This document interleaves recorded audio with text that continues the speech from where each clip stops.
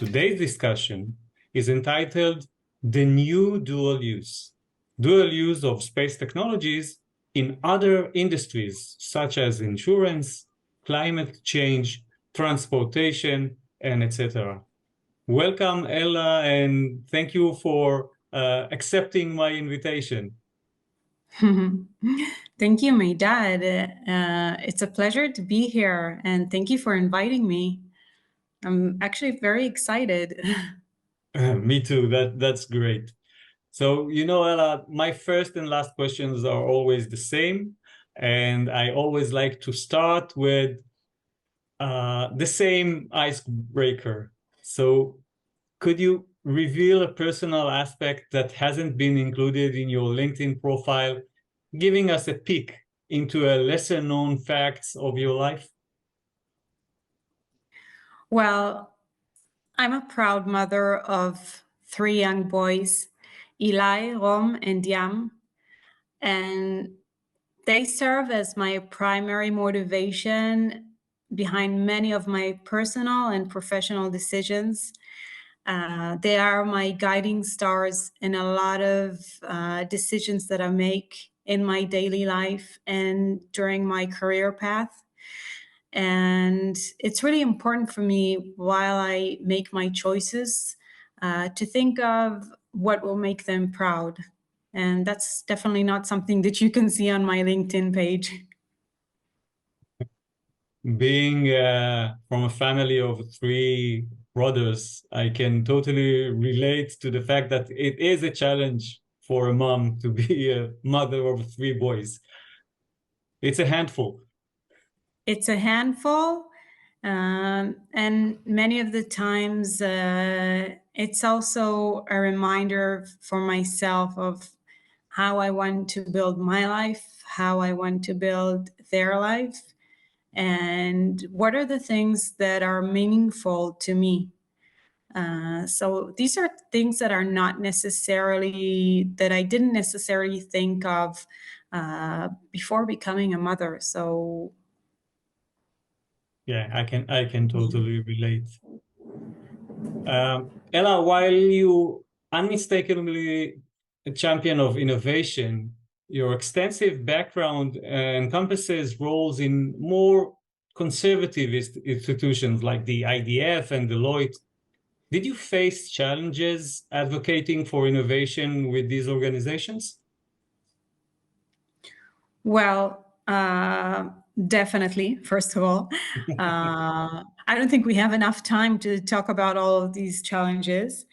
And advocating for innovation in more conservative institutions like the IDF, and while I was a consultant, I mainly worked for public sector organizations, government offices, government-owned companies, etc. These organizations definitely presented their challenges. And when an organization is not digital native, it means it's necessarily an immigrant to the digital and innovative world. And when an organization is an immigrant, we have language barriers, language gaps, cultural differences, like what we know from human aspects of immigration and different cultural aspects that are not easy to gap. But these are exactly the things that drive me and gives me the motivation to bring impact and real change, not as a matter of saying, but you can actually see a big difference once innovation and technology is implemented in such organizations. Have you ever encountered a situation in which somebody said, we don't need innovation, things are good enough as it is?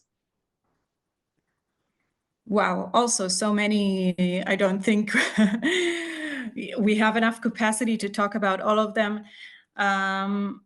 Sometimes it's even true. Some organizations, even if they're not digital native, they can be very innovative. But the cultural aspect of manufacturing or developing everything inside the house, not outsourcing, not bringing and implementing new technologies from outside, which is the opposite of open innovation. It characterized a lot of traditional organizations, and even in the intelligence corps, which is objectively speaking one of the most innovative organizations in Israel and with the brightest minds.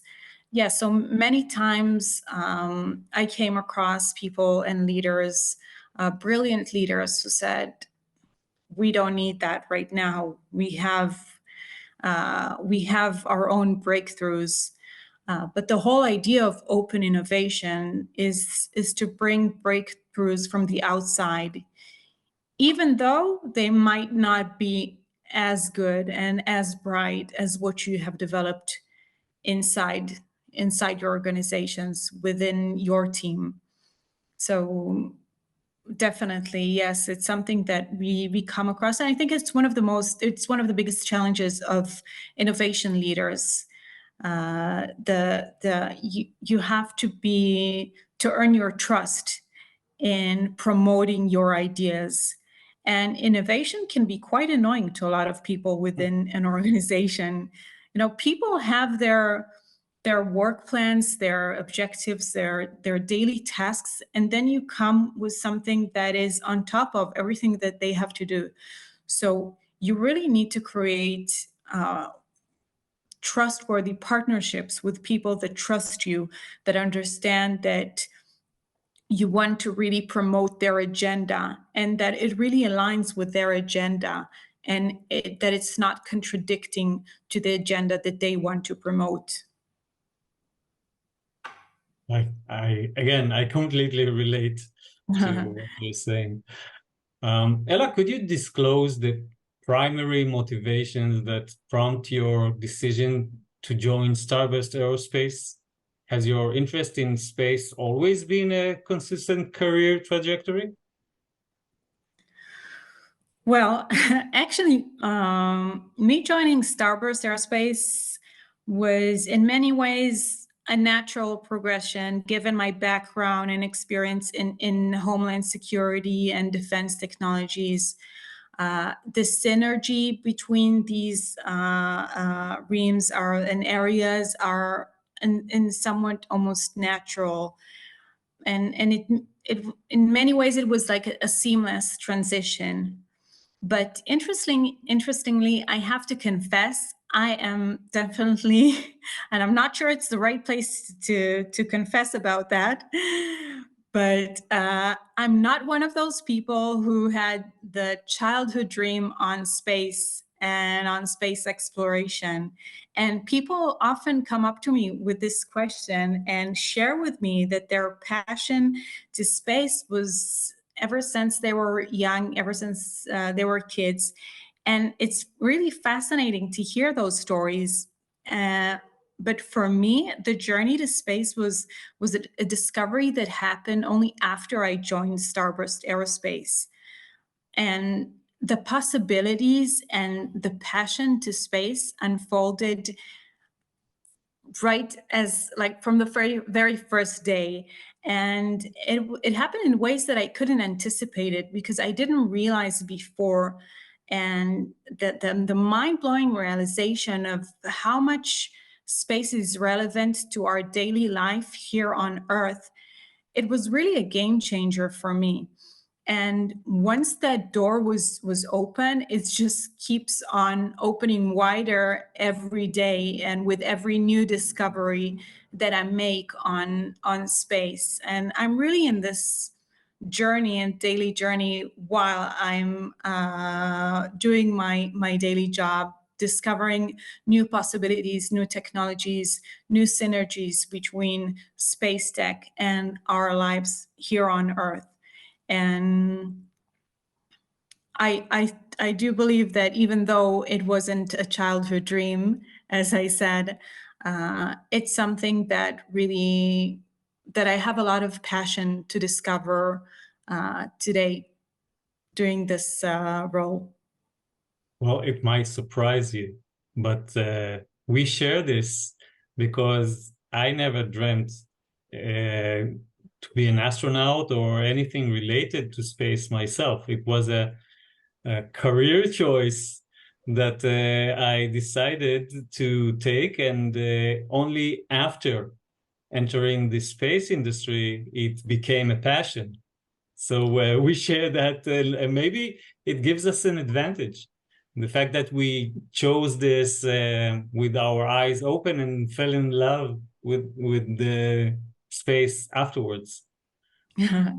I actually do believe so, yes, and I'm glad to know that we share the same perspective, and I hope we do. We also share the guilt. I always have a lot of guilt when people come up to me and say it was a childhood dream, and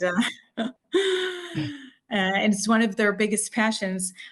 But I have to say, speaking of our subject today, dual-use technologies, it's because my way and my perspective on space is through the understanding of how it relates to different verticals and different industries here in our daily lives. Because as we know, many of the developments, many of the projects are yet to be implemented, yet to be launched to space.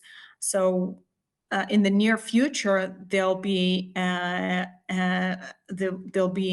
applications here on Earth of these developments, and I think that that's what gave me this unique perspective to look on space technologies as the new dual use. We'll touch on that later on. When I did my research for our show, one of the interesting things I learned about you, Ella, is that amidst your diverse range of activities, you are also delving into analyzing AI and tech discourse through a gender lens. Can you please provide more details and share some of your findings on that subject? Yes, definitely. Well, first of all, I have to say it was also a surprise to me. I always say it was part of my my midlife crisis. I decided to go back to the academy. I finished my MA in 2011, already more than a decade ago, and then I decided to write a thesis. And researching AI and tech and the tech discourse through a gendered lens was one of the most fascinating journeys that I've gone through. And one of the most interesting aspects of this exploration has been uncovering not just what is said, but what is left unsaid about AI and technology. And, as Foucault said, and silence is a form of oppression, and it plays a crucial role in the application of power relations within a discourse. And I found that the discourse on AI, one of the most compelling findings often lie in the words that are left unspoken. And when the conversation about AI focuses on its power to bring humanity forward, it's like a promising technology narrative. And that's where we need to raise question marks. We need to ask, what is not being discussed? What voices do we not hear? Who do we hear? Who says, who claims the ownership on the discourse? Now, when the narrative centers solely on the removal of the human factor from the equation, it's really essential to critically examine what aspects are being overlooked or intentionally even silenced. And this is a crucial step in dismantling the hidden biases and the power structures within AI and technology, because we do speak on bias in AI, but how do we speak about that? That's a different question. And only by understanding the power structures, not only, but it's really crucial to understand the power structures within the discourse to reveal and to understand the biases behind it. Wow, that sounds like there is a very profound gap between what we know and what we think we know regarding this issue. And you're totally right. And I would add on that, what do we want to know and what do we not want to know? Meaning, what do we choose to look on? What do we choose to research? Who do we choose to listen to? When we speak about bias in AI, if we talk about it as a technical problem of what's called garbage in, garbage out, if you take a lot of biased data, then you will have output of biased AI. But wait a minute, why do we have biased data? Who's in charge of developing the algorithms? Why do we look at algorithms as a black box? Is it really, really unexplainable? Because at some point we look at something that is even like has an external power, something uncontrollable. So is it? Question mark. And I think it's really critical to put all those question marks, and the tragical aspect of sociology that it leaves question marks it doesn't tend to give answers.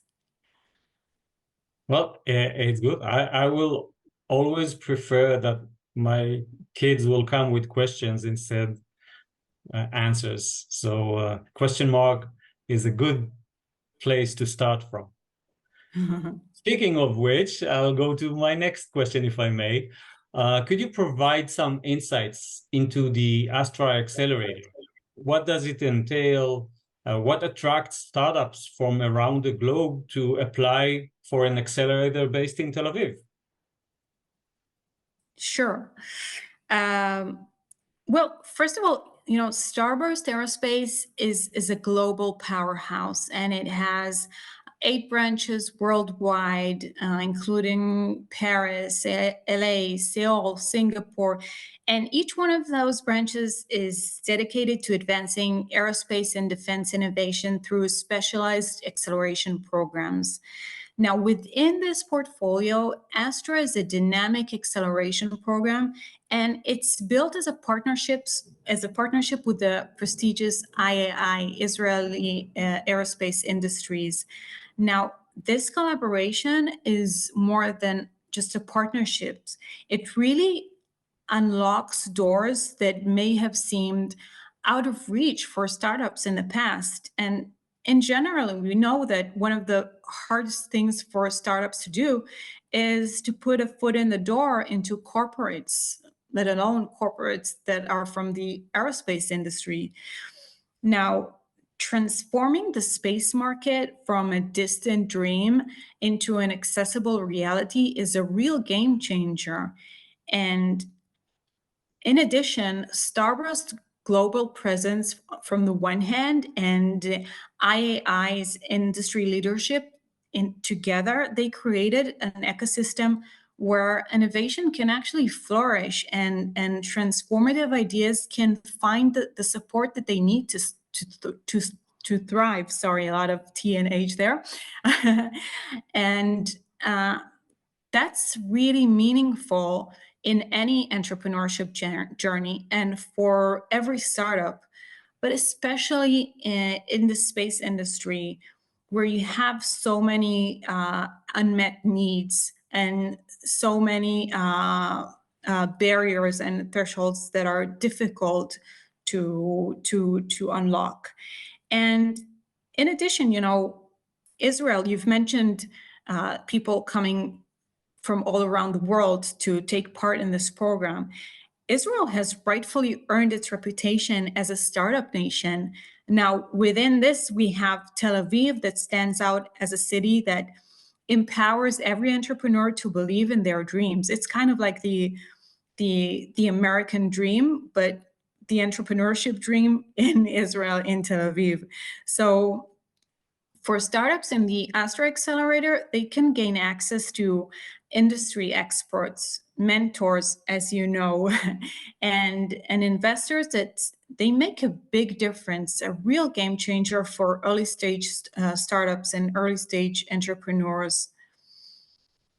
So it's not only the nightlife, the beach, and the nice atmosphere. Well, I can't say it's that it doesn't have a big part of it. But you know, we also now is a challenging time, and we have one of our startups is participating remotely, and you know, that only proves that even though they're not part of the physical environment of a beautiful view from the 38th or 40th floor to Tel Aviv, you still can gain a lot of value from the program.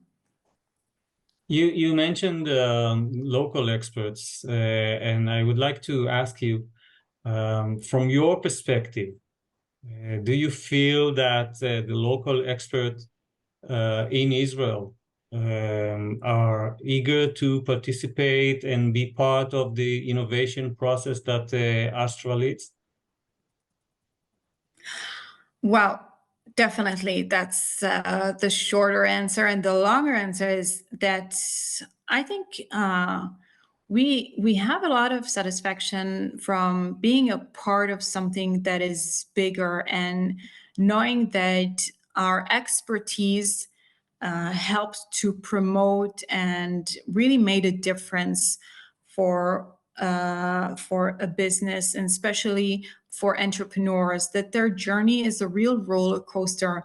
And by helping to dismantle some of the main concerns, and we talked about question marks. So here we have so many question marks, also from the business aspects and also from the technical aspects. And each question mark that is solved is so much for many entrepreneurs. And the mentors, they get not only the feeling that they help, we actually get a lot of feedback that the mentors acquire new relations that really help them in their professional and personal lives. You know, I think being part of something, being part of a network, is something that we all need and want as humans. So it definitely helps this side of this aspect of being part of a community. I of course totally agree. I think if the 20th century motto was knowledge is power, now the motto should be sharing knowledge is power. Working as part of the larger team is always very satisfactory. Definitely. And it's, you know, it seemed so, if someone would have told you, I don't know, maybe 20 years ago, 30 years ago, that people would even, I wouldn't exaggerate, stand in line to give free advices to people, they would say, are you crazy? That worth a lot. But you can see people really want to give their advice, to give their 2 cents on something, and to be a part of something, to be acknowledged by their expertise. And that's a big change. That's a big difference that we see today.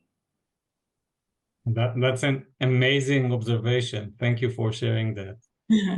And now let's talk about the dual use. You know, Ella, typically when the term dual use is mentioned, it refers to applications in both civilian and military context. However, In your context, it carries a distinct meaning. Could you elaborate on what you refer to as the new dual use, and what traditional industries can benefit from downstream space applications? Sure. Well, first of all, like you started to explain, traditionally the term dual use has been associated with applications that served both civilian and military purposes. And when we talk about space, unlike the historical notion that space applications were primarily reserved for governments and authorities and agencies, so today space has transcended its conventional boundaries and became relevant to almost every industry. And now that's a huge difference. Speaking of those childhood dreams, it seems so distant. Only an astronaut, one out of millions, only just one out of millions scientists will get to work on space projects and so on. And now the understanding that developments that are made for space are also relevant for our lives here on Earth, and also vice versa. Many of the things that we develop here on Earth are relevant to launches to space and experiments on space. And suddenly you get this amazing synergy between all of those aspects. And in almost every product, almost every development, you can think of unique applications for space. And like I said, vice versa. So from insurance to automotive, health, climate, you also mentioned at the beginning of our program, it's really challenging to think of applications and technologies that are not influenced by space or applied on Earth. So for instance, let's take something that we might not have thought of as relevant to space, but let's talk about generative AI. The ability to chat with someone that is not human. You have that in speech, you have that in video, and you have that in photos. Now, all of a sudden, you can have someone talking to you while you're in your journey to space and really minimize the sense of loneliness. Maybe you can have a doctor examining you while you're in space. Maybe now astronauts won't have to learn all of the manuals to how to handle malfunctions while they're in space. Maybe now they can just chat with a bot. And we tend to think of generative AI as relevant for advertising, for media, and so on. But with some simple adjustments, it can be so relevant to space.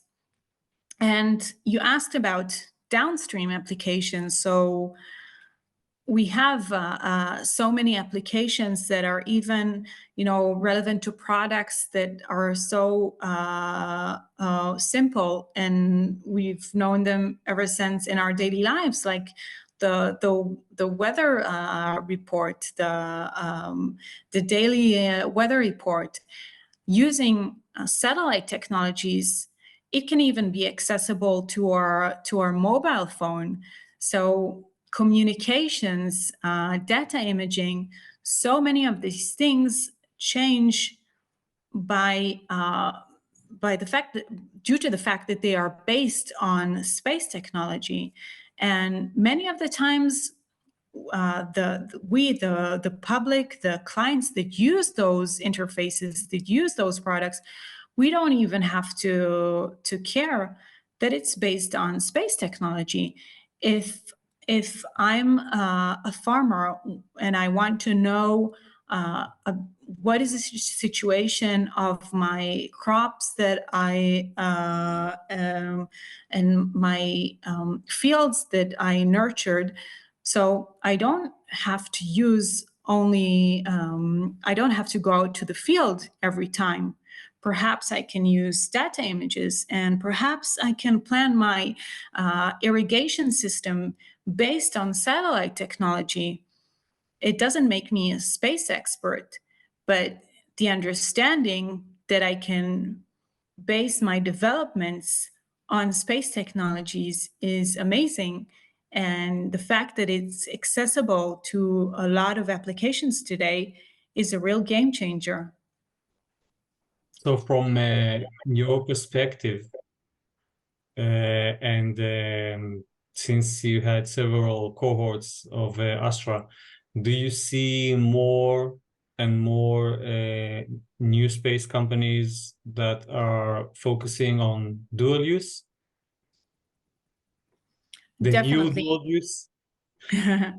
Definitely. For two main reasons. Maybe there are several more, but the main reasons are, one, that it's a go-to-market strategy. Sorry, in order to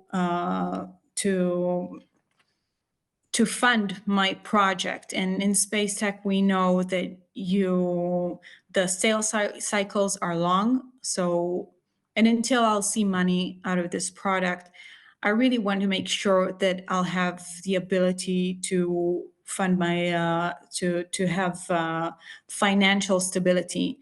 And many of the times I would like to also create an application here on Earth to make sure that I have the financial resilience to sustain for several years forward. And in addition, on the other hand, we also have a lot of the space technologies that are much more accessible, and prices that are they're still high, but relatively lower than what they used to be. And barriers and thresholds that used to be very high are now somewhat a bit more accessible. And these two reasons make it worthwhile, and they attract more entrepreneurs to the space arena. So let's continue this line of talk and talk about the startups themselves. And since your career didn't start in this realm, you have a very broad perspective. Are there distinctions from your point of view between space startups and other entrepreneurial ventures? Does establishing a space startup demands unique skill set compared to other startup endeavors? Well, you know what they say about entrepreneurship. It's a real roller coaster. And space entrepreneurship takes it to a whole new level. Establishing a space startup requires not only the typical entrepreneurial attributes, but even an extra dose of resilience, patience, and I would even say assertiveness. Because I just mentioned the long sales cycles. So dealing with the long sales cycles and also navigating traditional organizations that we also mentioned at the beginning of our conversation, all of that can be pretty challenging, and the timelines involved in space ventures are often extended. So this demands a very high level of resilience beyond the ordinary. And moreover, I spoke about assertiveness. So I really believe it's a key, because in the dynamic and complex landscape of space entrepreneurship, the ability to assertively communicate your vision and negotiate effectively and to navigate the bureaucratic pathways, That's extremely important. It's not just about having a good idea or even a great idea. It's about driving that idea forward despite the hurdles, and you will get a lot of no's. But I guess some of you say, okay, in every entrepreneurship, you get a lot of no's. So just, I guess twice as much. So while the entrepreneurial journey is already known for its twists and turns, so space entrepreneurship adds an extra layer of complexity on top of that. So I don't want to Discouraged. I don't want to discourage, but just take that under consideration and be prepared. That's a good advice, and I'm sure that somewhere someone heard your answer and said to themselves, "Well, that makes me even more passionate about what I'm doing, and I will prove them all wrong, and I will make my startup a success story." So for sure. I hope so. Please write if you do. Great. Ella, you're a woman of many talents, and I would like to discuss another aspect of what you're doing, the She, Meta's Woman Mentorship Program. What are its objectives, and how has it personally benefited you? Wow, where should I start from? Well, She is a mentorship program that was launched in 2017 by the remarkable and amazing Adi Sofer Te'ani, Meta's CEO in Israel. She's such an inspiring woman, and her amazing team, they are leading this program. And like I said, it's a mentorship program connecting between top executive women leaders in Israel and senior women in their mid-career life, I would say. And the main goal of this program is to have a role model that you can learn from, you can hear from about success stories, about failures, you can consult with about different aspects of your career path. And it's really about, if you can see it, you can be it. And it means so much to see women that you might think that didn't cope with a lot of things that you cope with, and you might look at them and say, there's something exceptional. They're just a unique example, and I'm not sure if I can also become one of them. Sorry. So when you get that personal relationship, you actually learn about yourself, that it is possible, and it gives you so much motivation and power. And I personally, as I finished the formal program, I'm an alumna today. I finished it more than a year ago. I have to say that one of the greatest gifts that I got from this program is actually to be a part of the mentees community. I know that in every given moment, I have an amazing community of over 100 women just like me, wanting to promote women and to bring women to the front line of the business world, the public sphere, making sure that we are an equal part of our lives here in Israel. And, the original vision, and it still is the vision of this program, was to make sure that we don't maintain this form of pyramid or funnel where we are an equal number in the population. We are even equal a number in education and education for academic degrees. And then somewhere in our 30s, we're just not included in those top tiers of executive roles, which, as we know, have so much impact on our lives. And so the vision is to turn this pyramid into a square and to make sure that we continue to be equal partners. That's an amazing goal, and from a personal perspective, being a father of daughters, I would really hope to see this materialize, and we need women in any executive role on every aspect of the economy and industry. So that's very exciting. I agree. If you remember, the original date for our Space Café was end of October, but everybody knows that on October 7th, a war broke here.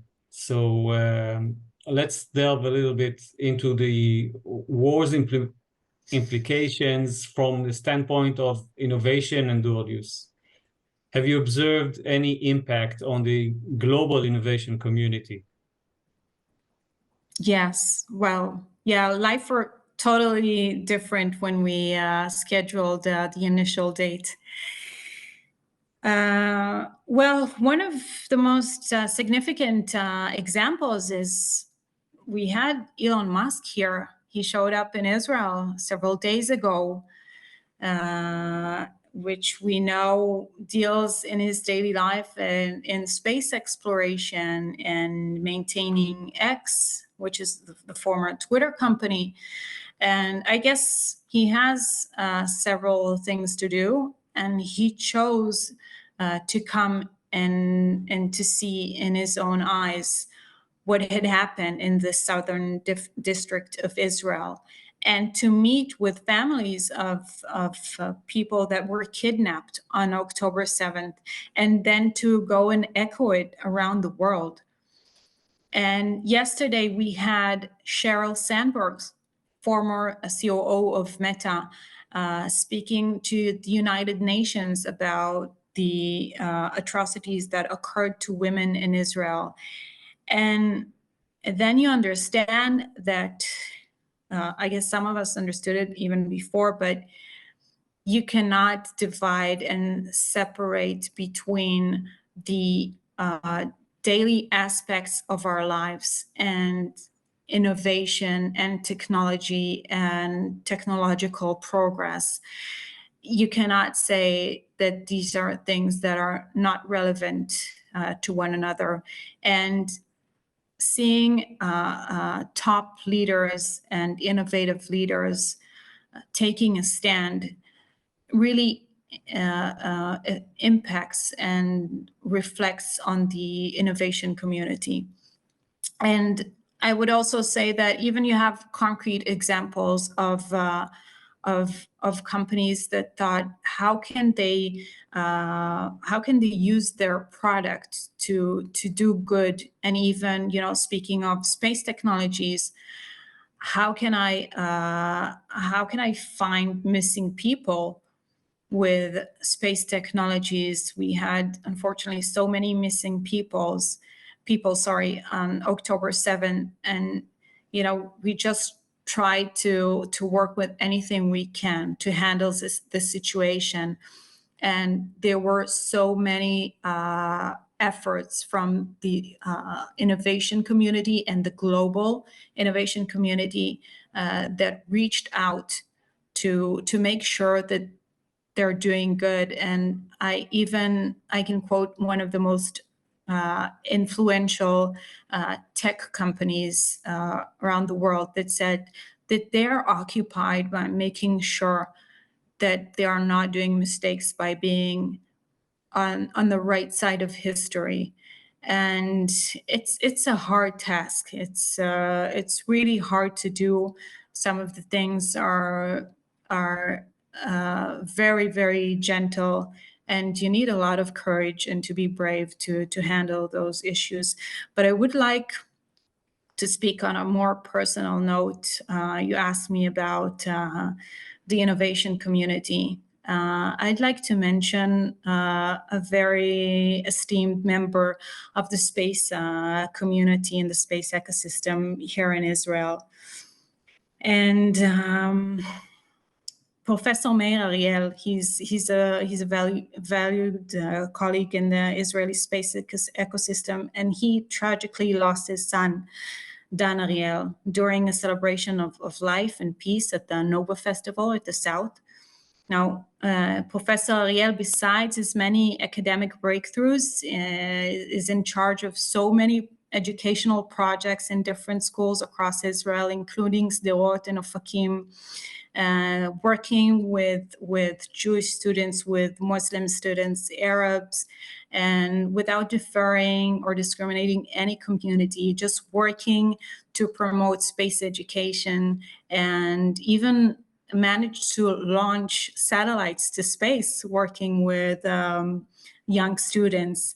And in the face of this terrible loss, I sincerely hope that Meir's ambitions and plans to grow the space ecosystem in Israel will endure. And if I may, I want to take this opportunity to send my condolences and my heartfelt condolences go out to him during this difficult time. I share and would also like to send my condolences. I can share with you and the audience that I have the pleasure of initiating Meir when he was first the head principal of Herzliya Science Center, and we worked together on Dukhifat 1, the first Israeli nano satellite launched in 2014, and ever since he also got infected by the space bug and decided to promote these educational endeavors all over the world. So yeah, that's amazing. So lastly, looking ahead to the future, what are your anticipations for the Israeli space industry in the year 2050?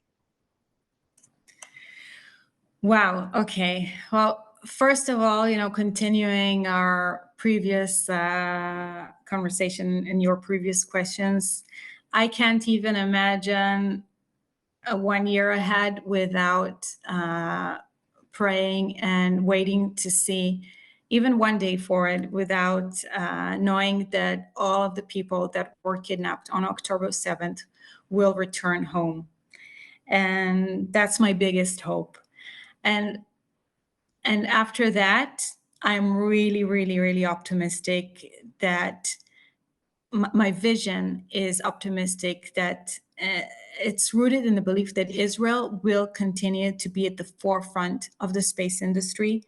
And much like what we did in the cybersecurity industry, as I really believe that the term startup nation is not just a title.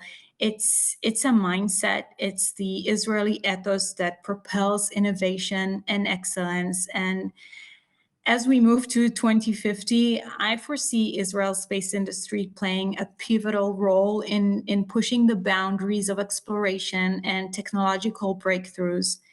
And the spirit of innovation that really defines us will continue to drive groundbreaking advancements. And I would add to that I would be really happy to see more Israeli women part of this industry. But I have no doubt that we will have a crucial role in technological breakthroughs, despite the fact that compared to our colleague nations in this arena, we are much smaller, much younger, and even have less resources. we have such an important role in making sure that this future will be much better for all of us. And as a part of it, we have to make sure that space exploration will be one of our biggest efforts. Such an amazing dream, or may I say vision. And I completely share your vision. And if I may add, I would really hope to see more collaboration with our neighboring countries, especially for space exploration. And that's it from my side. And I would kindly ask Torsten to read us some questions from the audience. Hey, great conversation so far. I really enjoyed it. There are no questions from the audience. We have a very quiet audience today. They are listening.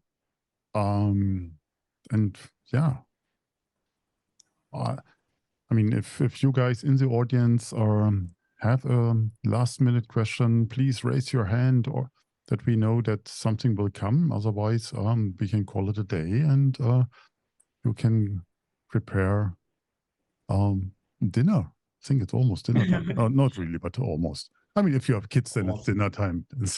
So, first of all, Torsten, maybe you have a question if there are no questions from the audience. I see there is something in the Q&A.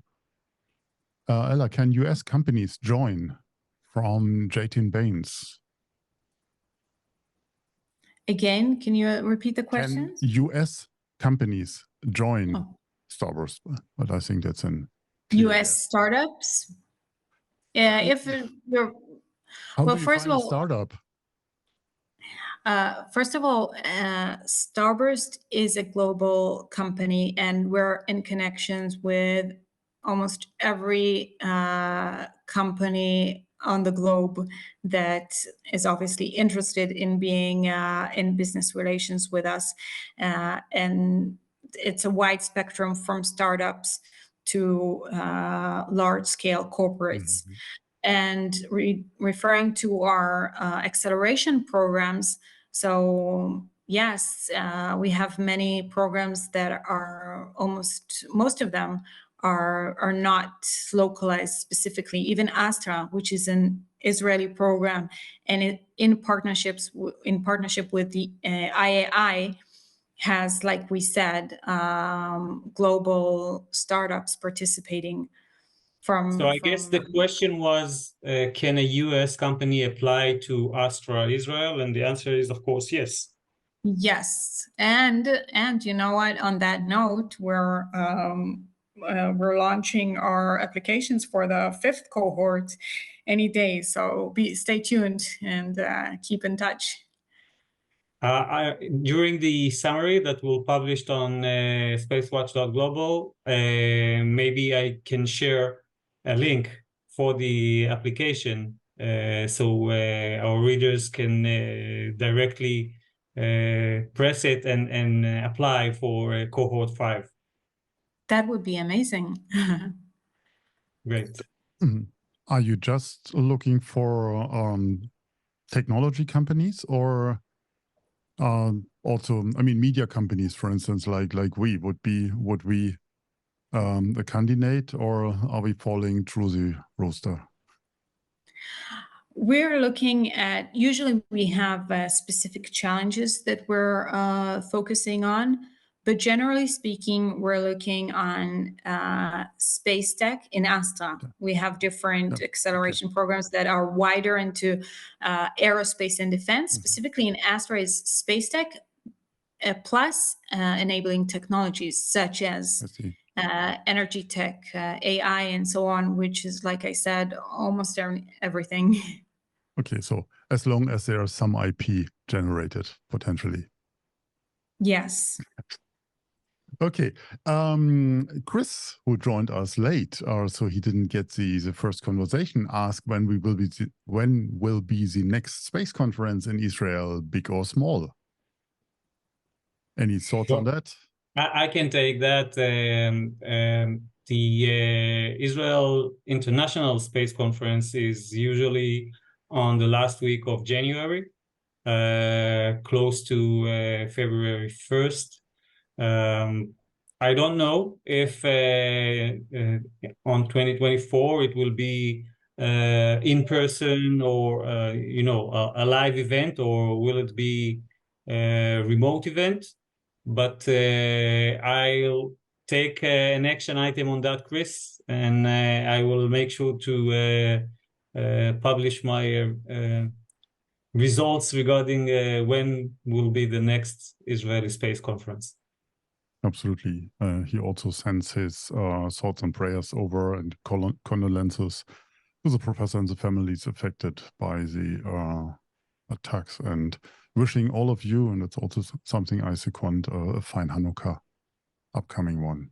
So great. No, I think we are fine. We are almost at the top of the hour, and back to you, Meidad. Ella, thank you very much for being my guest, and to those who didn't follow from the start, this will be the last episode of Space Café Israel in this format.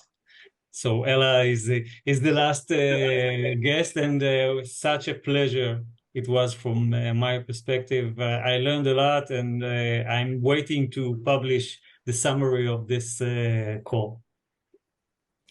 Thank you so much. It's been a pleasure, and I really appreciate your having me.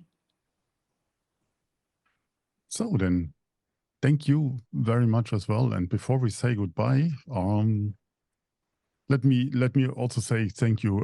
Thank you to Meidad, or to say it in Hebrew. It's a very hard coming Toda Rabba to you guys for, what is it, the 14th episode now? And I mean, we started the second season with Uri Oron. I mean, what better start we could have, and then yeah, history happened, unfortunately. So as you can see here, no Space Cafes on it, but there's a Space Cafe on it. What a coincidence.